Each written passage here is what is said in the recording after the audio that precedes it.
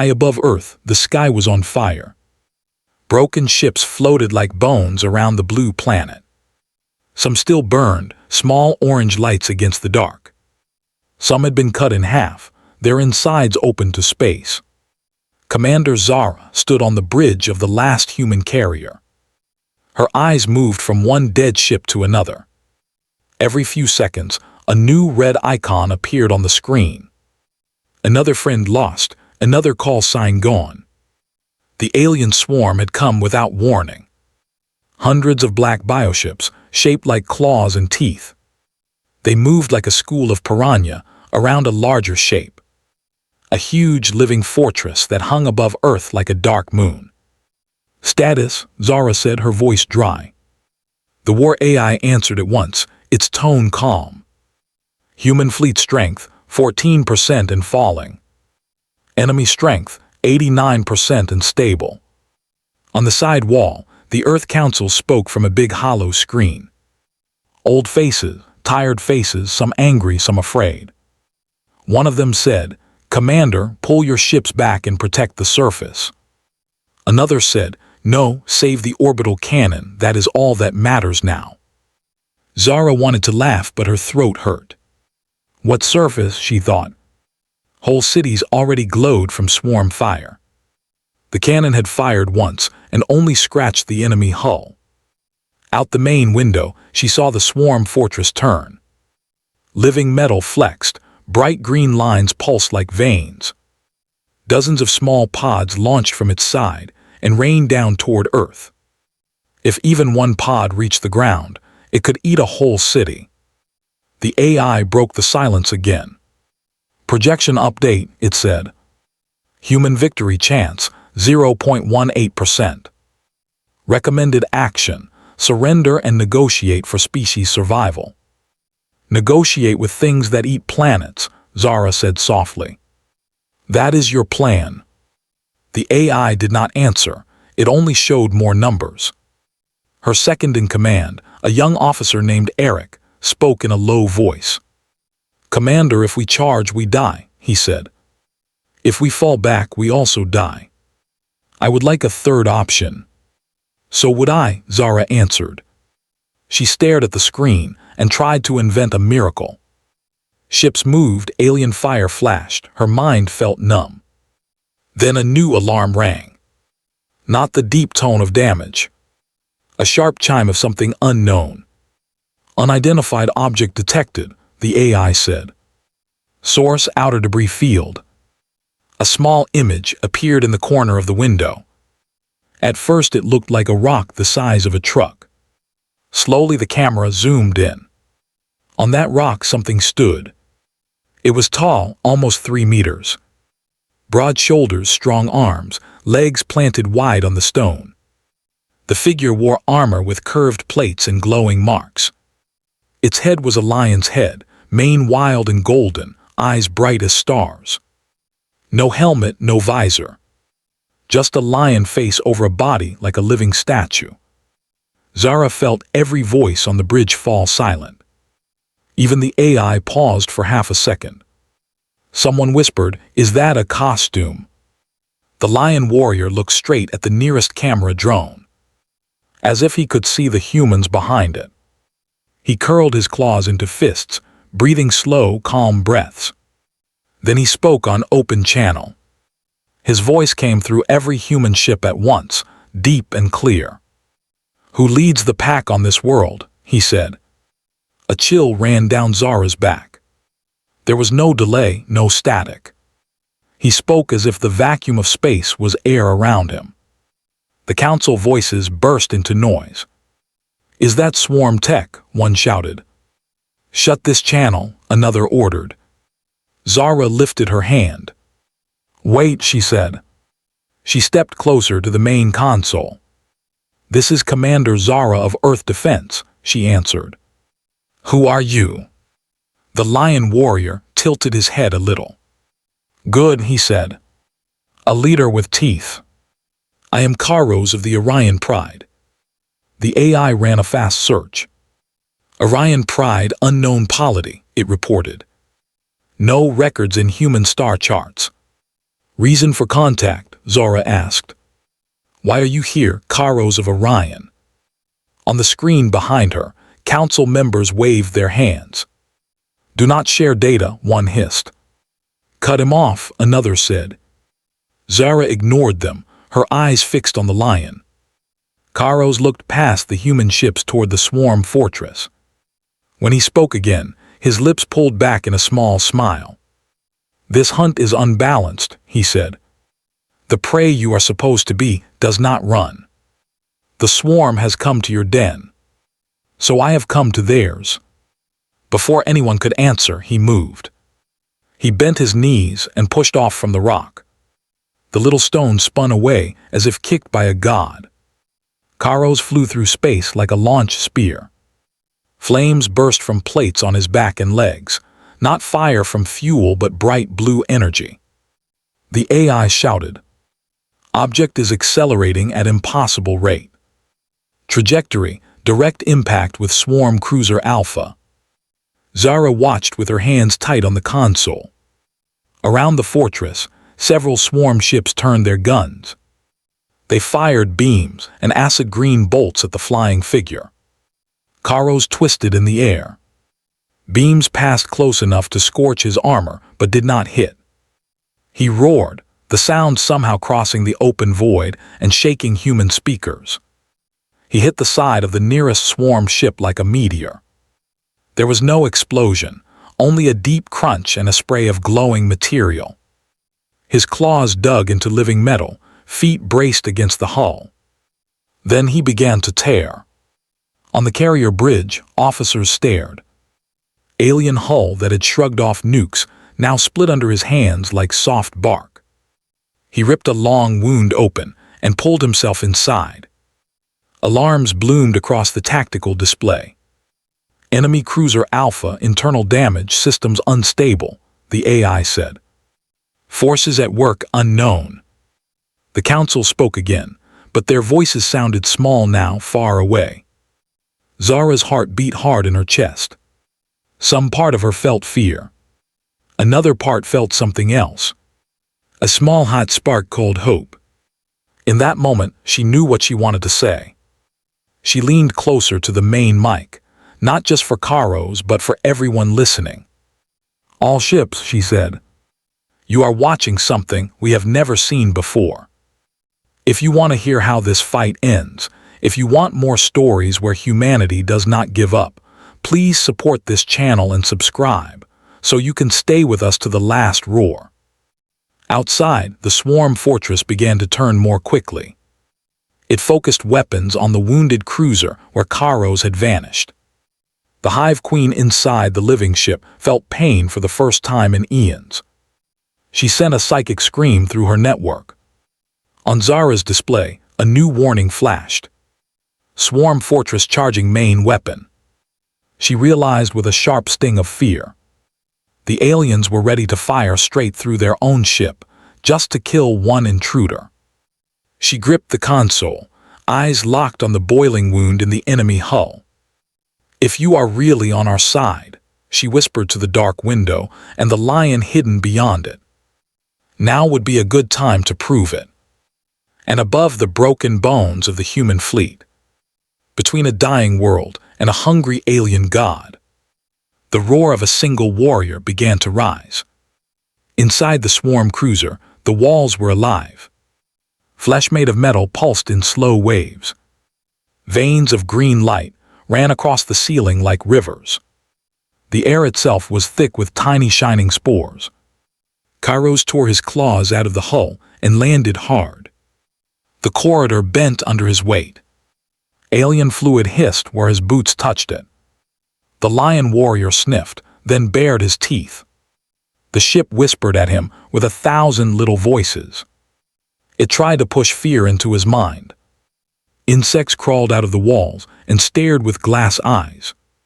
The swarm was testing this new intruder. Kairos rolled his shoulders. He had fought fear before.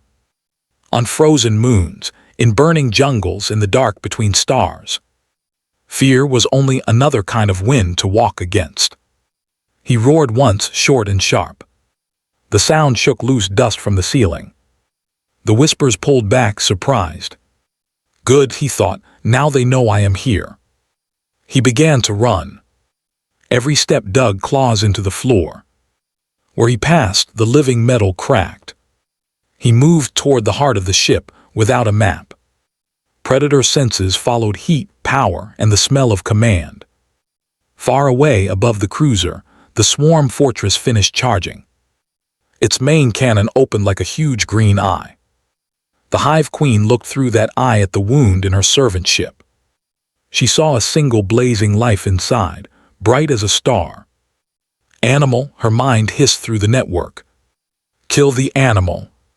But under her words, another memory moved. A memory that did not belong to her. Years earlier in another sky, the Orion Pride had watched a different battle. They lived around a bright blue star. Great ring cities flew around it like golden crowns. Their warriors trained on rocky moons and inside storm clouds. In one training hall, a younger Kairos had fought 3 lions at once. He knocked them down one after another. His mane was shorter than, his armor cleaner. The elders watched from a high platform. Too strong, one elder growled. Too proud, said another. Good, their leader murmured. Our front claws must be sharp. Later that day, alarms rang in the Orion sky. A small mining moon at the edge of their space was under attack. Not by the swarm, not yet. By simple human raiders with old ships and stubborn hearts. The Pride sent one cruiser, almost as a joke. Teach the monkeys to stay off our rocks, the elders said.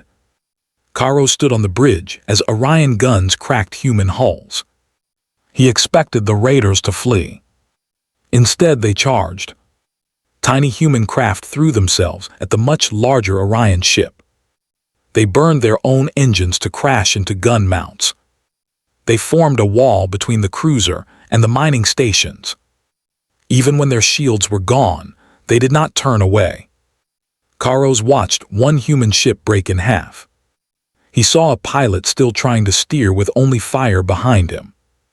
For a moment, their eyes met through clear screens in wild space. The human grinned at him, bloody and bright, then vanished in the blast. After the fight, the elders laughed. Foolish creatures, they said. So emotional, so weak. Kairos did not laugh. They stayed, he said softly. They knew they would die, and still they stayed. From that day, the word human did not mean prey in his mind.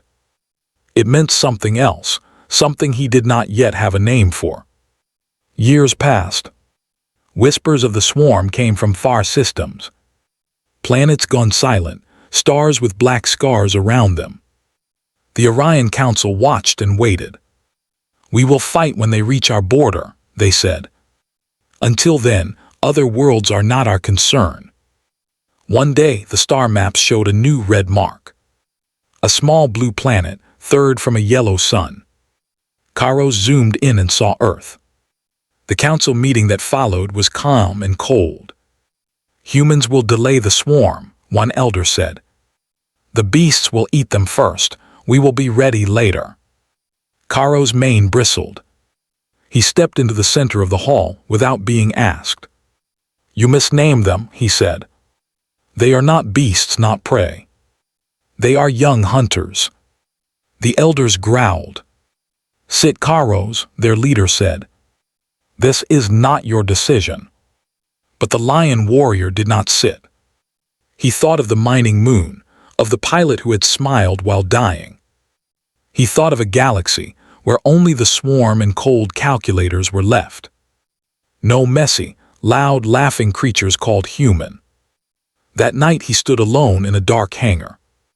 Before him waited a small personal warship. Old, fast, built for one. He placed a heavy paw on its hull. I go to pay a debt, he said to the silent metal. To those who fought when all sense said run. He left Orion space without permission. Behind him, council alarms rang. Exile, the elders snarled. He is no longer of our pride. But Karos felt lighter as the stars slid past. He had chosen his own hunt. Now, inside the swarm cruiser above Earth, he crashed through another door and entered a great chamber. A huge organ of living crystal pulsed in the center. Power surged through it in bright waves. Around it hung cocoons full of half-formed drones. They twitched at his presence, smelling the enemy. "The heart," Karos said. His voice echoed off wet walls. He flexed his claws. "I will show you how Orion ends a hunt." The swarm felt his intent and panicked. Dozens of tunnels opened. Drones poured in like a wave. Jaws wide, limbs long, eyes burning green. On the human carrier, Zara watched the cruiser icon on her map. Internal readings went wild. "Something is tearing that ship apart from inside," the AI said. "Source remains unknown." The swarm fortress finished its charge. Its great cannon aimed not at Earth now, but at its own wounded child. "Commander," Eric said, "they are going to fire through their cruiser. They don't care about losses." Zara's hands curled into fists. For a moment she thought of ordering a retreat. What good were her last ships against that kind of madness? On the council screen, an old man spoke. "We must protect the orbital cannon at all costs," he said. "If we lose it, we have nothing." Zara stared at the map, then at the small live feed of Karos' last known position. "That is not true," she whispered. "We have him." Inside the alien heart chamber, Karos fought like a storm. He grabbed one drone by the neck and threw it into 3 others. He kicked another so hard it broke through the wall and vanished into the dark. Green blood and sparks flew with every strike. But the swarm was endless. For every drone he tore apart, 2 more crawled from cocoons. Small cuts began to appear on his arms and legs. The whispers in the air pressed harder against his mind. Outside, the fortress cannon flared bright. Energy gathered, focused. The Hive Queen watched with cold joy. "Burn the infection out," she thought. "Even if I burn some of myself." "Main swarm weapon firing in 10 seconds, the AI announced. "Target on cruiser. Blast will continue through to nearby area." That nearby area meant Zara's whole carrier group. If they stayed, they would vanish with the lion inside the enemy ship. If they ran, Earth would stand alone. Zara felt the weight of every life on her shoulders. She looked at Eric, at the crew. Their faces were pale, waiting. At that same moment, deep in the alien heart, Karos slammed both fists into the crystal organ. Cracks shot out across its surface like lightning. The drone screamed. The whole cruiser shook.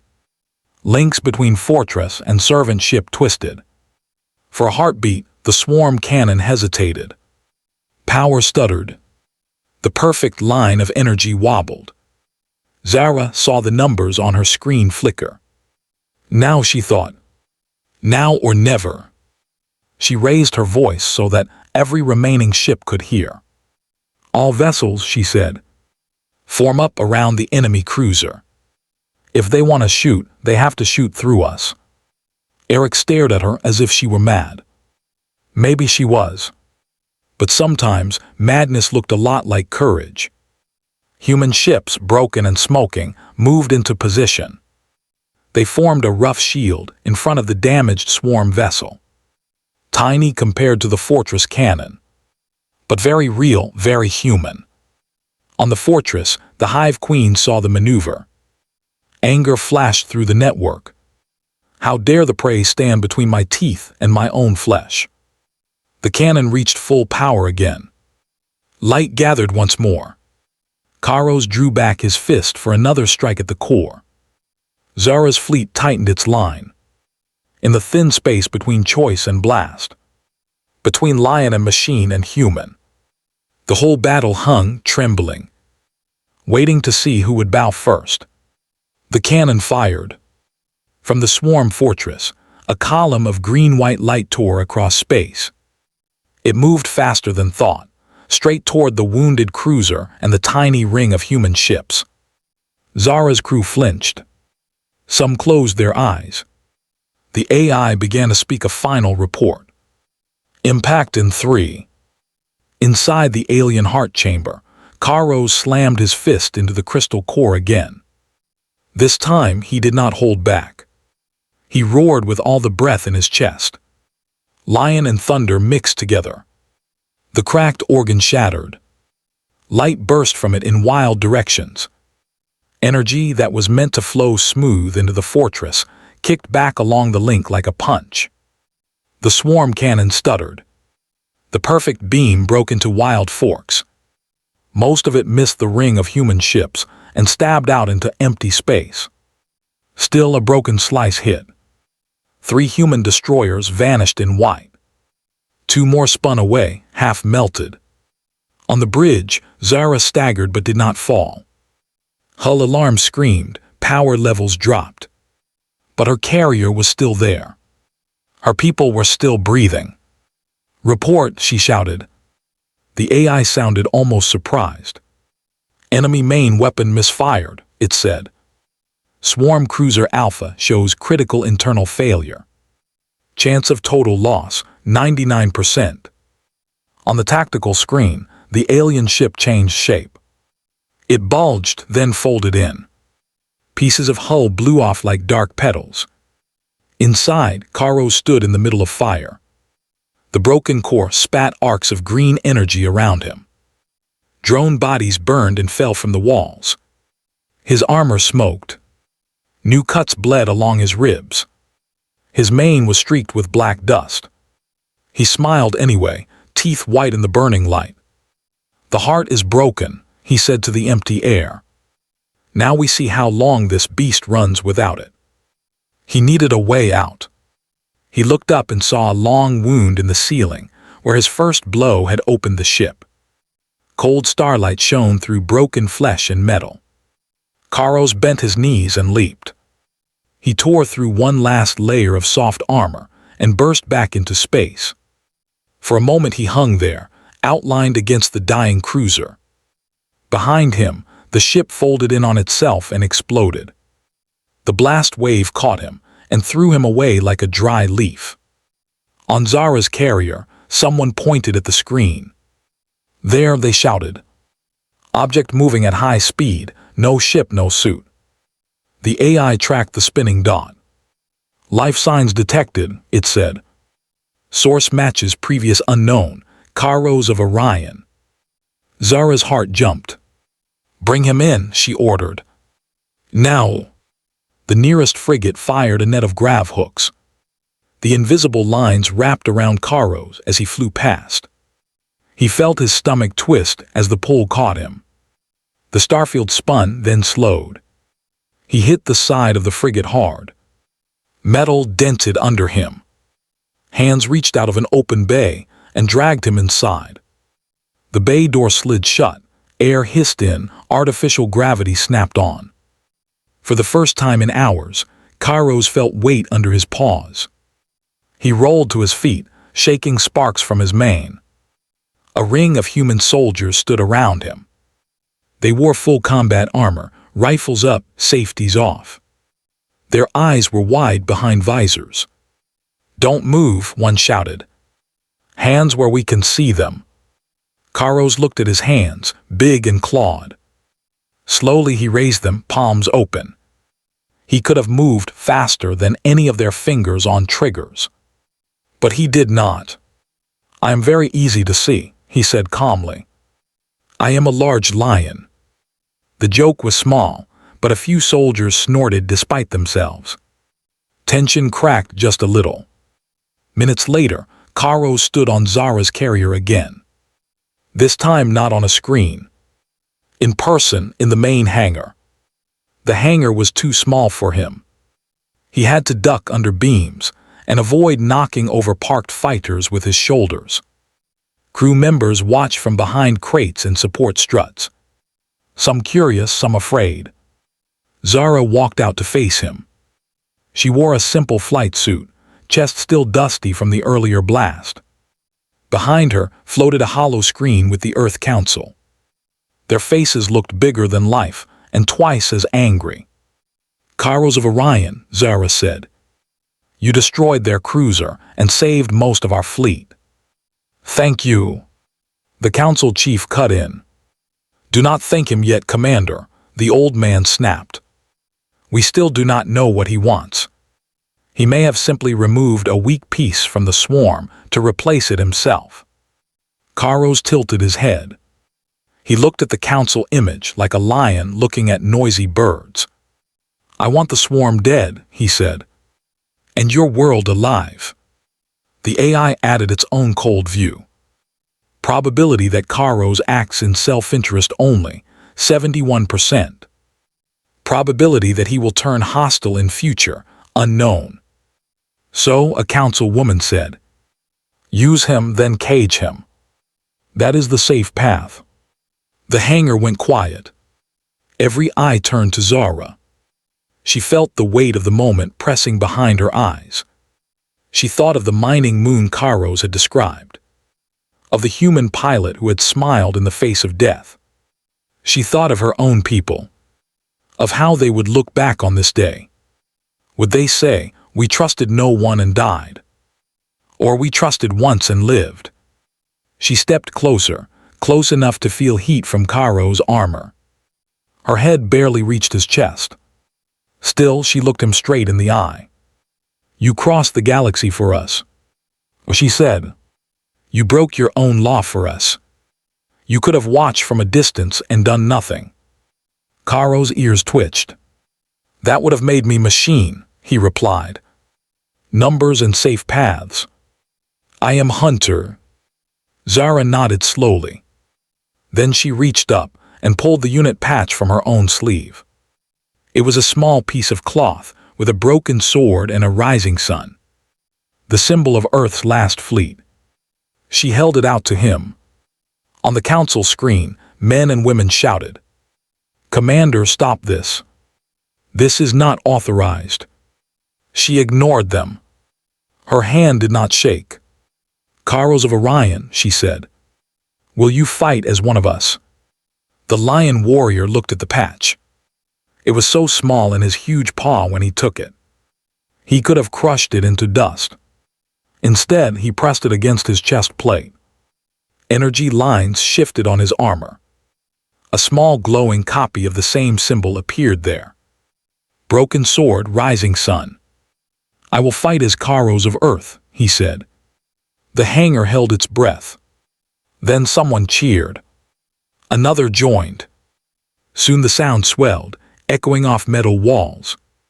The council chief's face went red. "Commander Zara, you are acting outside protocol," he snapped. "You are removed from..." His voice cut off as Zara made a small hand motion. The tech at the console muted the council feed. For the first time in a long time, the carrier bridge was free of their noise. Zara turned to Kairos again. "The fortress is still out there," she said. "And the swarm still has its queen." The AI brought up a hollow of the huge living moon that hung over Earth. Many of its support ships were dead or drifting now. But the core structure remained strong. "To kill the Hive Queen," the AI said. "Standard plan would require full fleet and orbital cannon. Neither are available.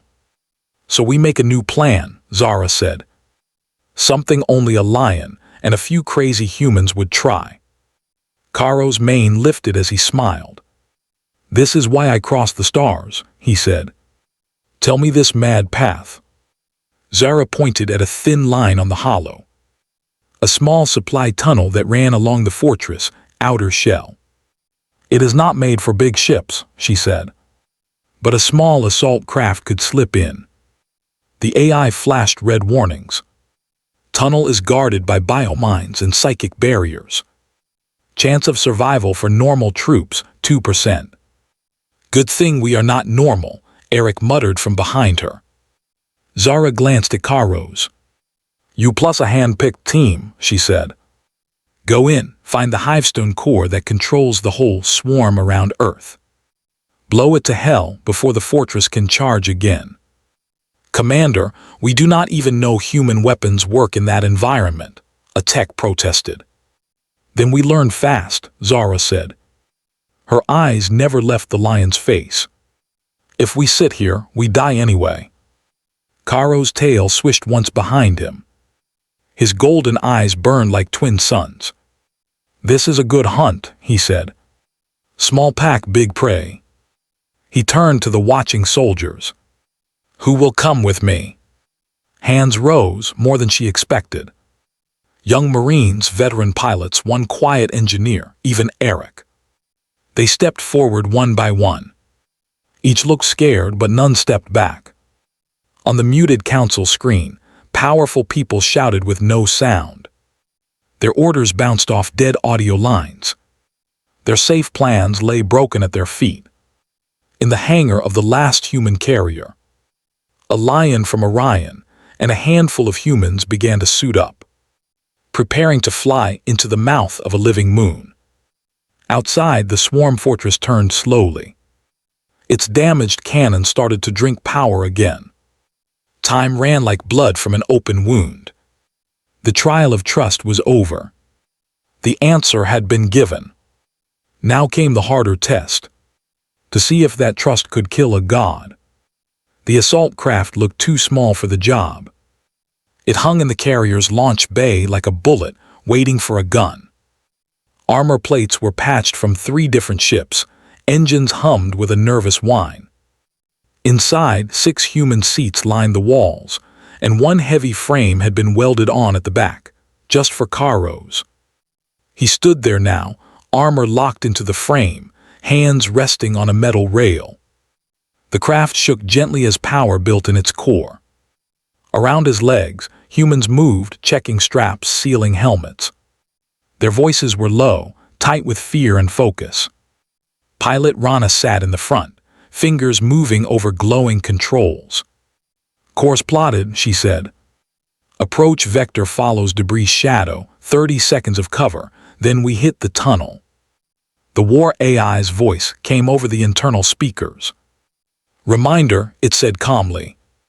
Tunnel lined with biomines and psychic nodes. Chance of craft survival, 2.3%. Eric snorted, pulling his shoulder straps tighter. I like the old number, he muttered. 2%. Improvement, Rana said dryly. See, we are already winning. Across from him, a young Marine crossed himself. Another tapped a small charm tied inside his armor. Little human habits against big alien nightmares. Zara's face appeared on the small screen by the door. Her hair was tied back, eyes shadowed with exhaustion. You know this already, she said. But I'll say it once more. If you break the Hivestone core, the swarm around Earth dies with it. If you fail, we all burn. She looked at each of them in turn. Her gaze stopped on Karo's last. You are not machines, she said softly. You are allowed to be afraid. You are allowed to think this is crazy. But this is our best chance, and I chose you because you are exactly the kind of people who run toward monsters instead of away. Karo's rumbled low in his chest. On Orion we say, the first paw that moves toward the lion decides the hunt, he said. Today those paws are yours. The launch siren started to rise, a long wail that made the metal floor buzz. Zara's face flickered as the carrier shifted to battle mode. Bring my people back if you can, she said. Bring yourself back too, Karos of Earth. The screen went dark. The bay doors opened.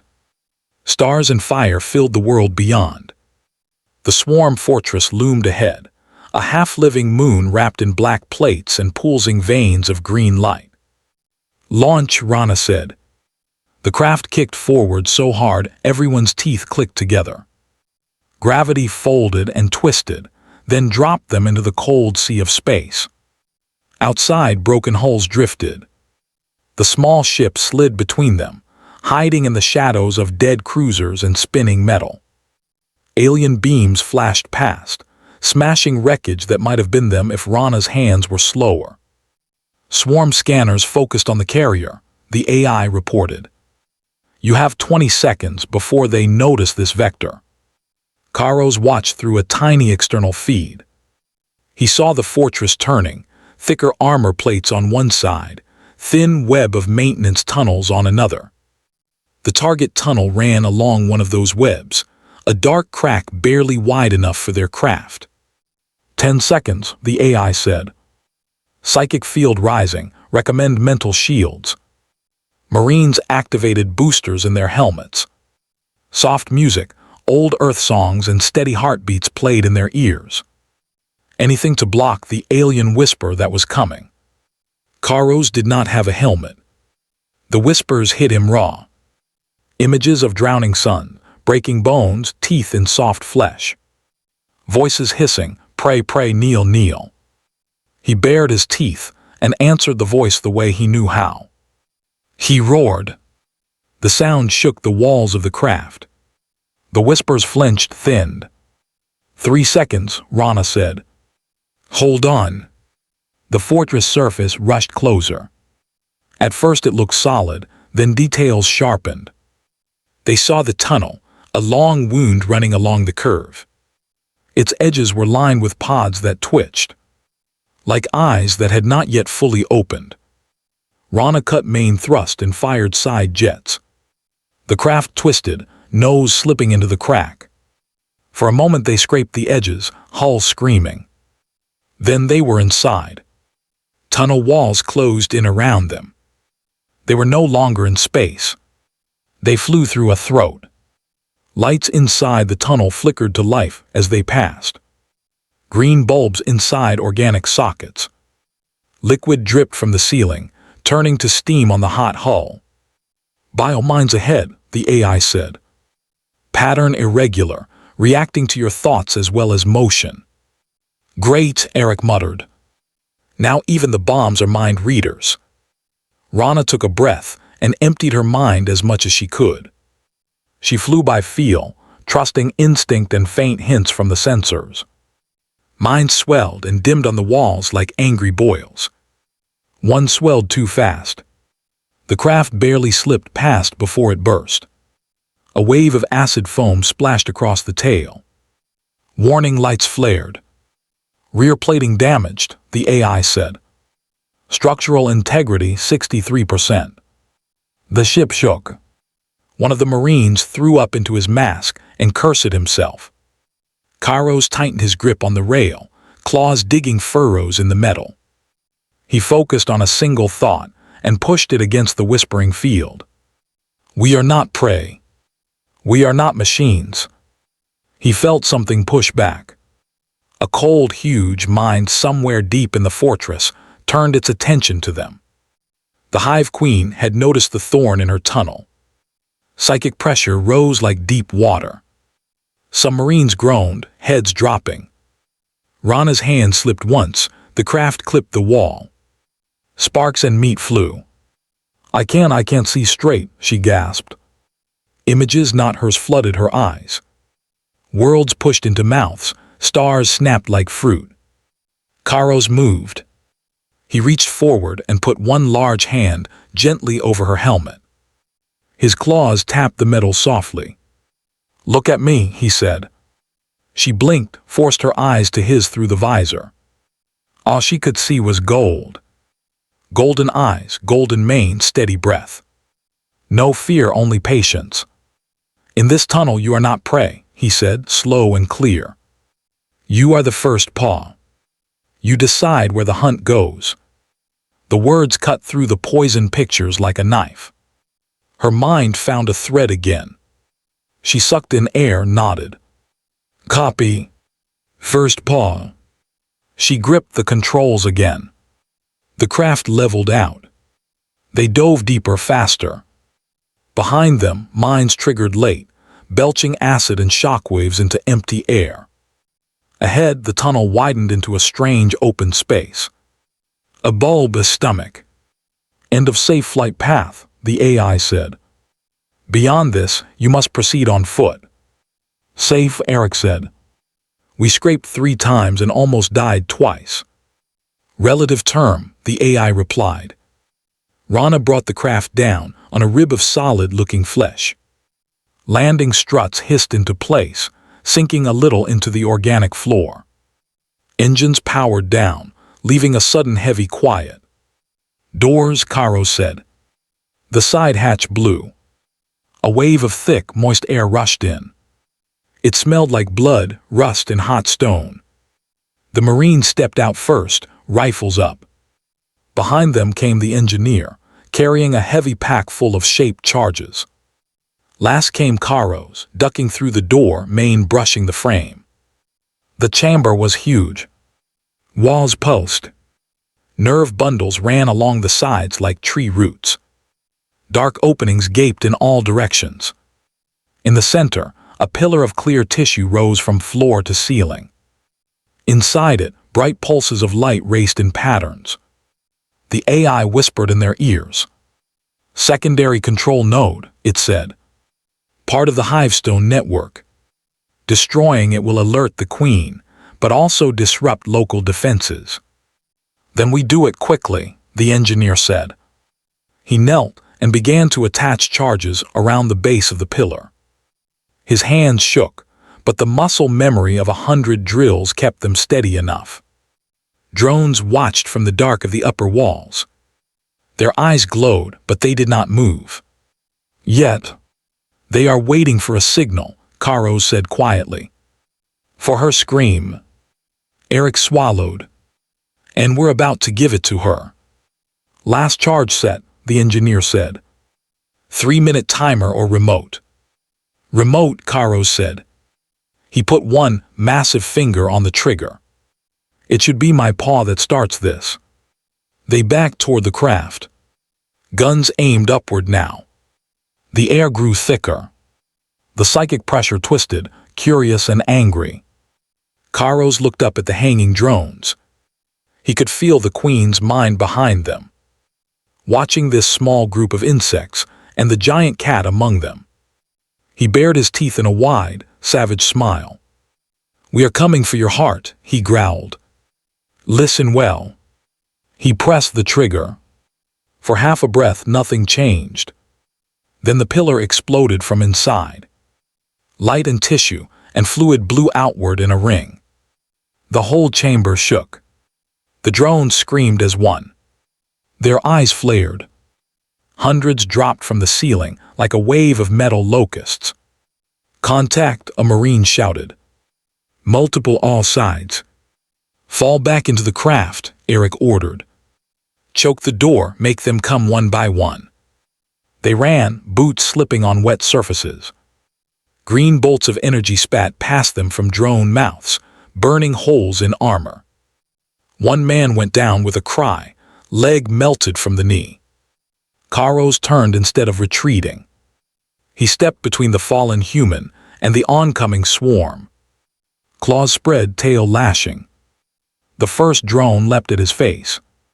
He caught it by the throat and crushed it. Threw the body into the next two. His roar filled the chamber. The Hive Queen finally screamed back inside his mind. A cold, sharp sound full of hate.